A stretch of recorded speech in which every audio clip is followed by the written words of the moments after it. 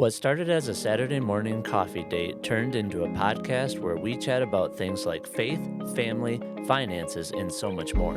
We're just a husband and wife living this devoted life, and we're here to help you live this devoted life too. If you enjoy this podcast and want to help support our ministry, there are a few things you can do. Please subscribe to this podcast, leave us a review, and share these episodes with your friends so that you can help them live this devoted life too. Welcome to another episode of This Devoted Life podcast. We are coming to you from Hawaii. We are on our 15-year anniversary. Woo! Pretty exciting stuff. Yeah, it was funny because, we've always had a nursing baby or, just life for the past 10 years. And now that our youngest is 2.5, I actually asked James, I said, do you want to go somewhere for our 15-year anniversary? And he said, yeah, how about Hawaii? And I thought, you don't have to twist my arm too hard on that one. Yeah, didn't have to convince her very much on that. No. So what we wanted to focus on today, because this trip is for our marriage, we thought it would be fun to kind of do a mini series on marriage. And so I asked the Instagram community, what do you want us to talk about regarding marriage? And overwhelmingly, the number one thing is, how do you keep your marriage a priority? And it was several responses were asking for that. So that's what we want to focus on today is, how are we in this phase of life with little kids keeping our marriage a priority? Yeah. No, that's a great start. And again, I do want to remind everyone, thank you so much for just contributing, for responding, whether it's the emails and comments on the podcast platforms and YouTube, also on Instagram. Again, it's awesome. It really energizes us and it helps us keep on point what is important to you, which, again, this is why we're doing it. If there's anything that we can share that makes a difference in your life or just one person's life in your community, then we're all about it. And again, not that this matters to most of you, but we wish that we had our light kits here.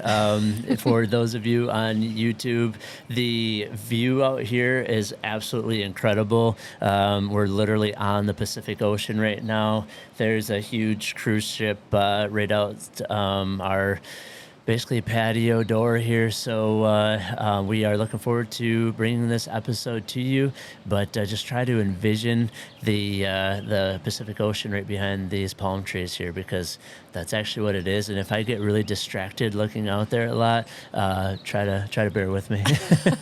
Well, I can't really blame you too much on that. Yeah. So when we were discussing what we wanted to talk about within how to keep a spark within our marriage, James actually had a really good analogy just from our trip. So I guess I'll let him share that, and we'll kind of jump in with some stories and examples. Yeah, thanks. So yesterday we literally were in the air on an airplane for over 10 hours or around 10 hours.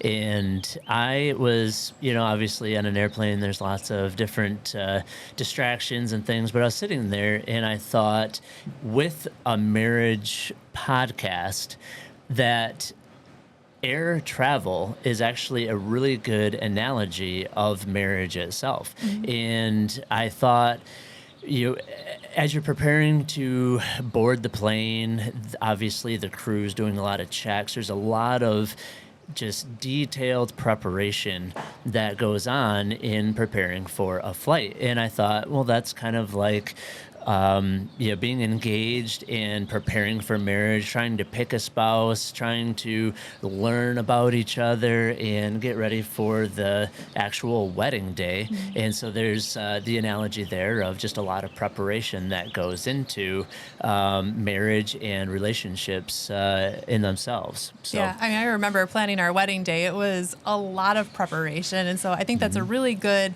analogy, just leading up to the actual takeoff. All of the prep that goes into it, everything is a good representation of what's happening before you get married. Yeah, any premarital counseling, literally the just going on dates and just really kind of dialing in on things. And then you get out onto the runway and they rev up the engines and you take off. And so that is The kind of honeymoon yeah, phase. the marriage and honeymoon phase. It's like you're where, taking off and you're just soaring. yeah, take off. You are, I mean, there's new views. It's amazing. You're hoping that you don't die. You see the sun come up over the clouds, like as you're coming up through the clouds. It's just a really Yeah. neat experience. If you've never actually flown, just getting up above the clouds is just like, oh, this is amazing. It's always sunny up there. Right. And so, yeah, that honeymoon phase in your marriage is just, it's incredible. I mean, obviously there's little things and, people have horror stories about wedding day disasters and, early marriage issues and things like that, but in general, it's all fun and it's exciting, I it think is, is the yeah, word very for it. energizing, exciting, yeah, all of that. So, so that's kind of like the first couple stages, and then you just kind of get to cruising altitude, and it's not bad, but it's also can get a little boring. You kind of settle in, you start reading a book, you start listening to a podcast. This Devoted Life podcast is really good. That's a nice plug. Download those before your plane trips. But no, just it can get a little just a little average and not even necessarily mundane, but just you're kind of at that cruising altitude going along through life and through marriage, and it's just kind of like, hey, we wake up every day, we show up, and kind of go through the motions. Yeah, I mean, you get into a routine, I think, is what it is. And routine in and of itself is actually a really good thing if you have established good routines. And so that cruising altitude is a good place to get to. It's like that you're heading towards your destination, everything's smooth sailing at that point, and it's just you get a good routine of life going. Yeah. Sorry, I actually just got distracted. We can see each other. Look how beautiful my wife is. Oh, boy. I was just looking down at the monitor, and you look really good today. Oh, thank you. I mean, once you're at that cruising altitude and you're going through life, all of a sudden, the seatbelt light comes on, and maybe the pilot comes over the loudspeaker and says, hey, you need to buckle up. We have some turbulence coming, and it could be mild, it could be moderate, it could be severe turbulence. We have been on some plane rides where you literally feel the plane go whoosh and drop. I mean, yeah, actually, can I tell that story real yeah, quick? go for it. So one time we were actually in Colorado hiking in the Rockies, and we had Dawson with us, I believe. Yeah, he was probably two and a half years old, and it was a flight from Denver to Detroit because we live in Michigan, and we were flying back from Denver, and we kind of noticed, like, I don't know, it feels like we're going in circles. And after a while, the pilot came on and said, yeah, basically there's a big storm in Detroit, and we've been just kind of wasting time trying to let that storm clear. And we just kept circling for a while. And after a while, the pilot came on and said, basically, we're getting low on fuel. We have to make a go of this. And we went in, and you could see like the thunder. What do they call the anvil? I think on like the cumulonimbus clouds or whatever those are. And it was like, wow, this is about to go down. So we come in, and you could see little cracks through the storm, and it was super bumpy. And I'm not exaggerating at all. We had to have dropped hundreds, if not 1,000 feet, like in one down blast, and literally the plane went wham, like, I mean, hard. I mean, we all left our seats. Yeah. I mean, we dropped that fast, and it was, I mean, your stomach just went woo. It did a and big... then slammed into air. Yes. And I mean, there were grown adults crying and a couple screams in there. So not to freak you out, but that was I think that and was it our trip to Jamaica? I think in Puerto Rico or something. No, maybe that's St. Lucia. I can't remember. We had a really rough ride. But at any rate, that's the turbulence that we're talking about in this plane analogy with our marriages. And I mean, there's so many different things that can cause turbulence in a marriage. Just even good things like having a child and going through, maybe there's pregnancy issues, the hormones that women go throughout pregnancy, during delivery. post-delivery. We've Yep. talked about postpartum depression on this podcast, and there's just so many things, and that's just like one tiny area that we run into turbulence in our marriage. And I guess my little thought and analogy with that is, like I said, the airline and the pilot tells you to buckle up. They hunker down, buckle up, and maybe there's something that you had gotten out that you need to make sure is not going to hit you in the head when it when you hit that turbulence or whatever. Make minor preparations or whatever you need to do, but they're next to your seat, on your seat, wherever within reach. On a commercial plane, there are no eject buttons. You are supposed to sit down, buckle up, stay seated, and just grin and bear it. And that, I think, is a good analogy again for marriage. There's just so many marriages that have the eject button right there, the divorce button or whatever. And again, I'm not minimizing anything that you're going through. I mean, there might be real situations that you have to seek professional help and counseling on, things like that. I'm not minimizing or changing any of that. And maybe there's even an airline analogy for that. But what I'm talking about is, in life, we will experience turbulence. We will experience really tough situations, not only in a marriage, but health, just all things. And specifically, we are talking about how those impact marriage. And that's the time to go to work. That's the time to just really make sure things are dialed in, make sure your marriage is in good shape, and focus on your relationship together so that you can weather that storm and stay married. Yeah, I think the thing that you were really getting at is just that the eject button is too easy to hit It in is, today's yep. society. Something we hit a little bit of turbulence and then just all of a sudden, boop, you hit the eject button and you're out. And so I think that the ability to hit that eject button has become too easy for some people.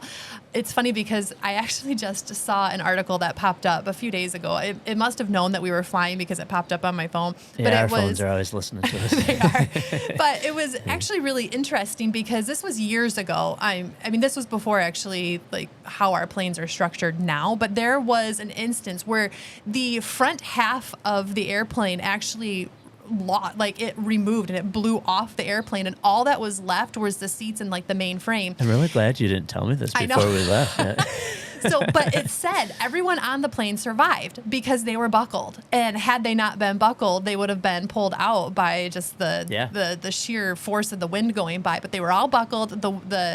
The plane just fell apart in air, but they were able to land it safely and everyone survived. And so it's like, yes, you're going to go through some really hard times, hopefully not something like that, but we have to be prepared to just buckle up and sometimes just endure some harder things together. Yes. Yeah. And even when maybe your spouse isn't on board with you and it feels like you are literally the only one paddling upstream and the only one putting in the effort in your marriage. Again, I can empathize and I can sympathize.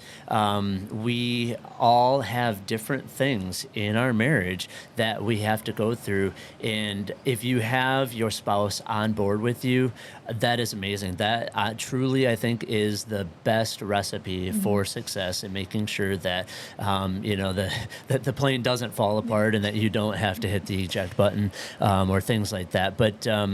But even if you are alone, I would say make sure that you work on your spiritual relationship, your relationship with Christ. Make sure that you are grounded in prayer and in the Bible, and that you also do just seek help in the areas that you need to. This is not something that I was really, planning on saying or whatever, but turbulence in marriage is not the time to seek a relationship even in sharing personal things with the opposite sex in the workplace or the opposite sex in general.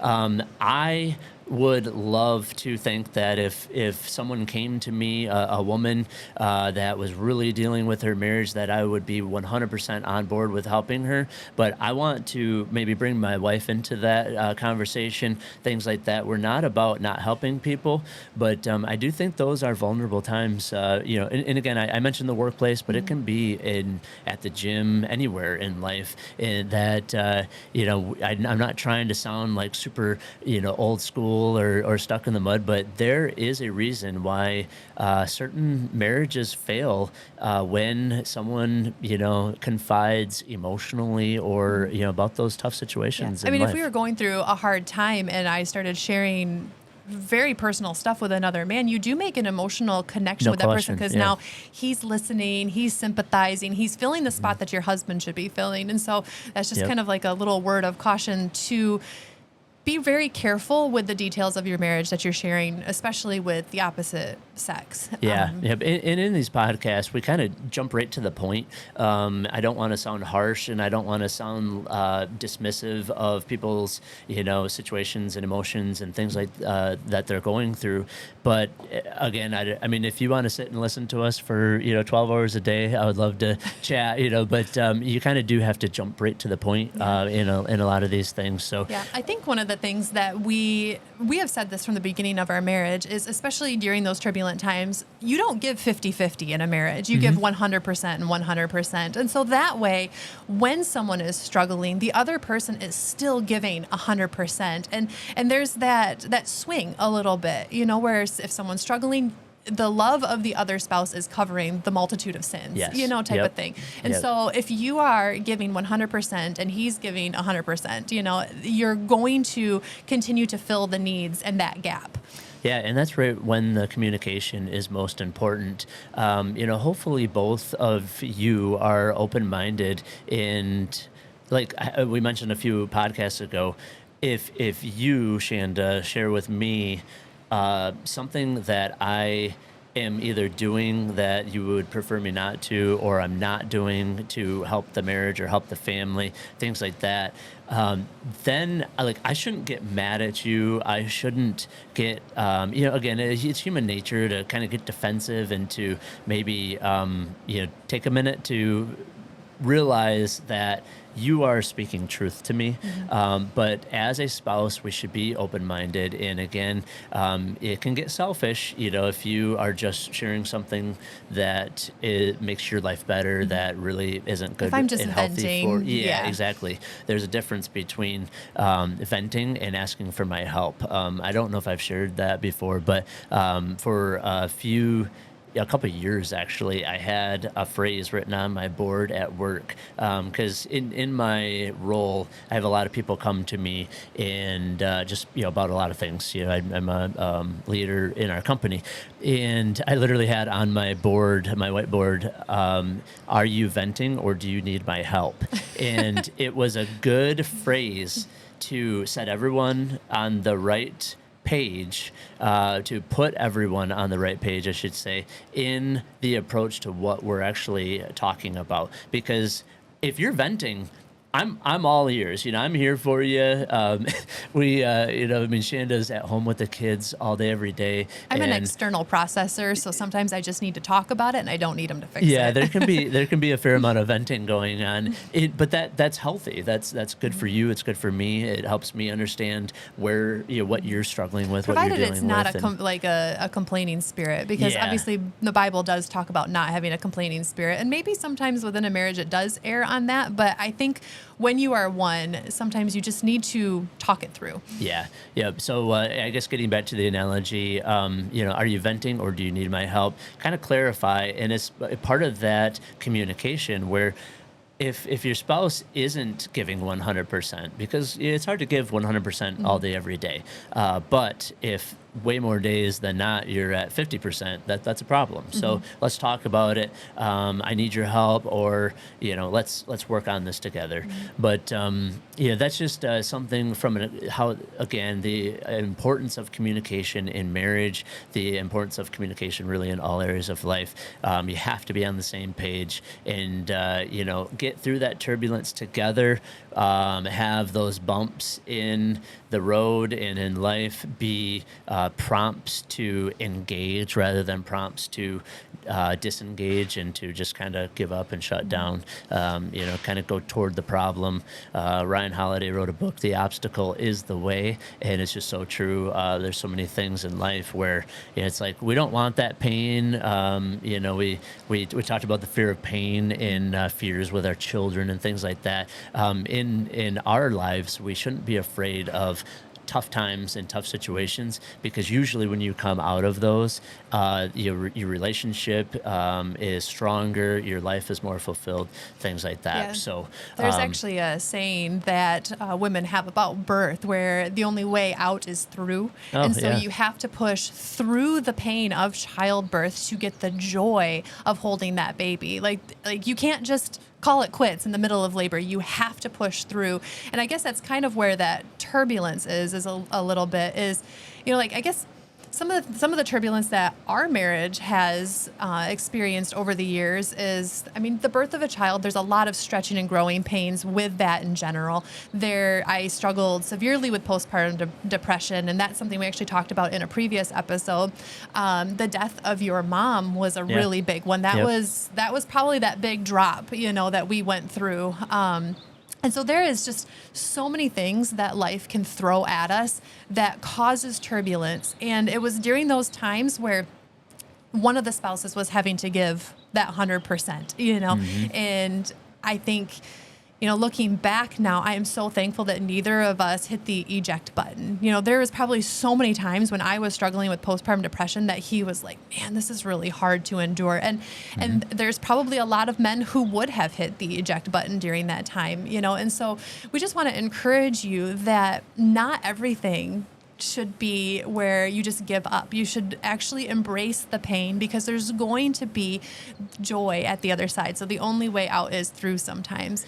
So I guess, what do you think we do during that turbulence, during that time, especially like now that we have kids? What have we been doing to keep our marriage fresh and important? Yeah, so we do try to go on dates regularly, when it's just the busyness of life, maybe changes it from, once a week to maybe a couple times a month, or even once a month for a month. But in general, make it a priority to spend time alone together. Those, we go to bed at the same time every night. I know that might sound like just a random thing to say, but to me, that the pillow talk, just there's so many things, like when you go to bed at the same time, you can kind of hit that reset for the day. Like you said, unload, maybe things you've been going through, vent a little bit, but also encourage and energize, and just. I think it's more just downloading the day, with each other. We're downloading what happened today. We're now looking forward to what tomorrow is going to hold, and we're able to talk about that before bed. Yeah, yep. So, the date nights, the just good communication, simple as going to bed at the same time. I think, just in general, I know we've brought it up numerous times, but reading the Bible together, or not even necessarily together. It's not like we literally, sit down like we are right now and physically read the Bible together, but we're going through the same Bible reading plan together. And so even that fosters a lot of communication, spiritual communication, and, helps us stay on the same page, spiritually, and also even, spiritually, emotionally, and mentally, those are all closely tied together. Yeah, communication is so important in a marriage. I think, especially for a woman, we need that communication. That's a lot of times how we feel connected to our spouses, when we feel heard and when they are communicating back to us. And so, that's what this whole podcast started as, was a Saturday morning coffee date where James was like, I want to sit down with you and have coffee on Saturday mornings and just talk. And so that has been a really great time for us to just connect. And so that, I guess that's one intentional thing that we've been doing for our marriage, is just a time set aside to communicate. So Yep. that is a huge thing that we have added to our marriage, along with the dates and stuff like that. Yeah, I mean, literally, that Saturday morning coffee date is one of the dates. Yeah. We, when I mentioned, that moves from once a week to maybe once a month for a month. Honestly, that the Saturday morning coffee dates are the staple, and the consistent thing. What I was talking about is going out at night or Yeah. for an evening together. Things. Yeah, so I think it all just boils down to the fact that we need time to communicate in our marriage and spend time together.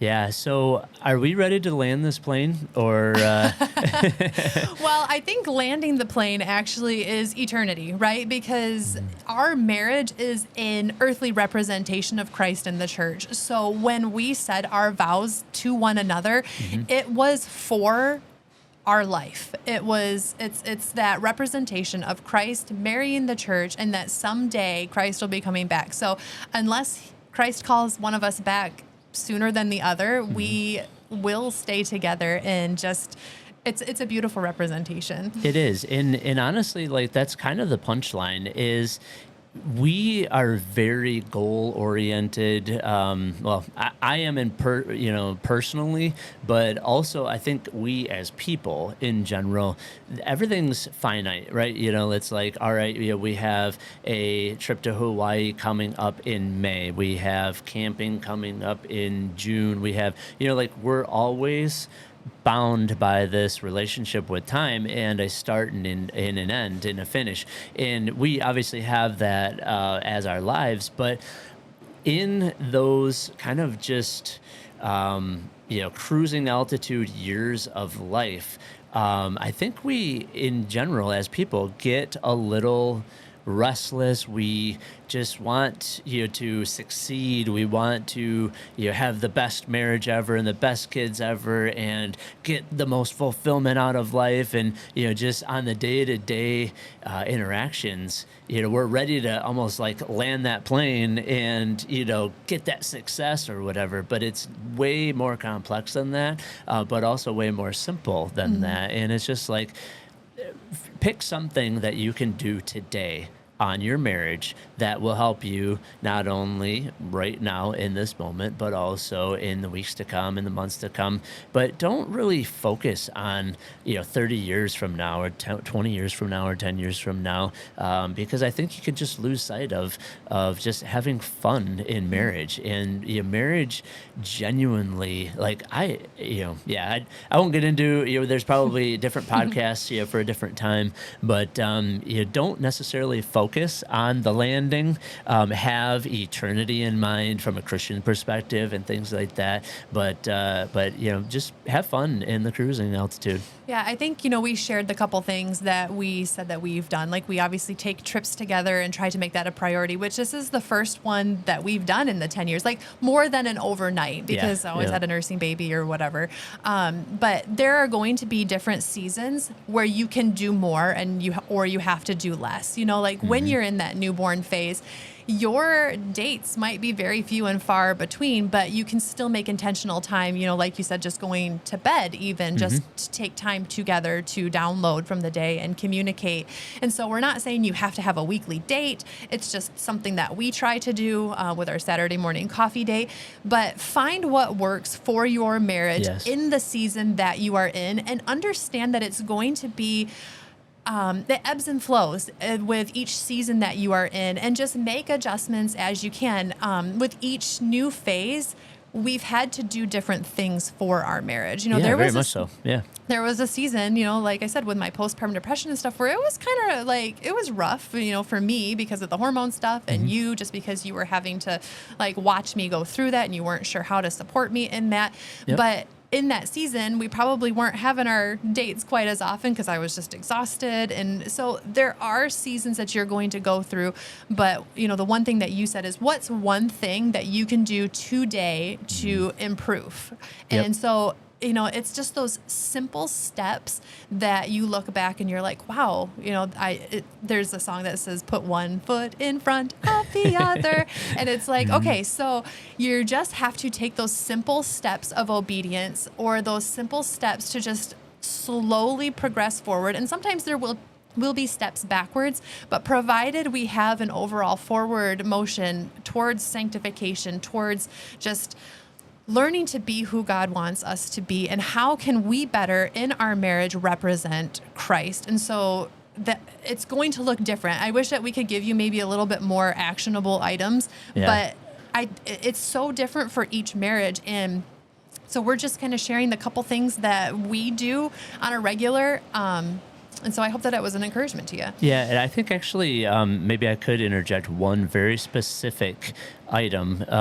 When you are overwhelmed and stressed and feel like I can't hardly breathe, that's the time to shorten your time horizon. So try to compartmentalize. And like I mentioned earlier, in the don't think 20, 30, years down the road, in those really stressful and overwhelming times in life, you might need to think 5 minutes down the road. You might need to remove yourself from that room you're in with the little crazies or even your spouse, or whatever, and, kind of step away for 5 minutes and just breathe and just try to put things into perspective, start to compartmentalize, and, what is the one thing in such by doing it, it will make things easier, now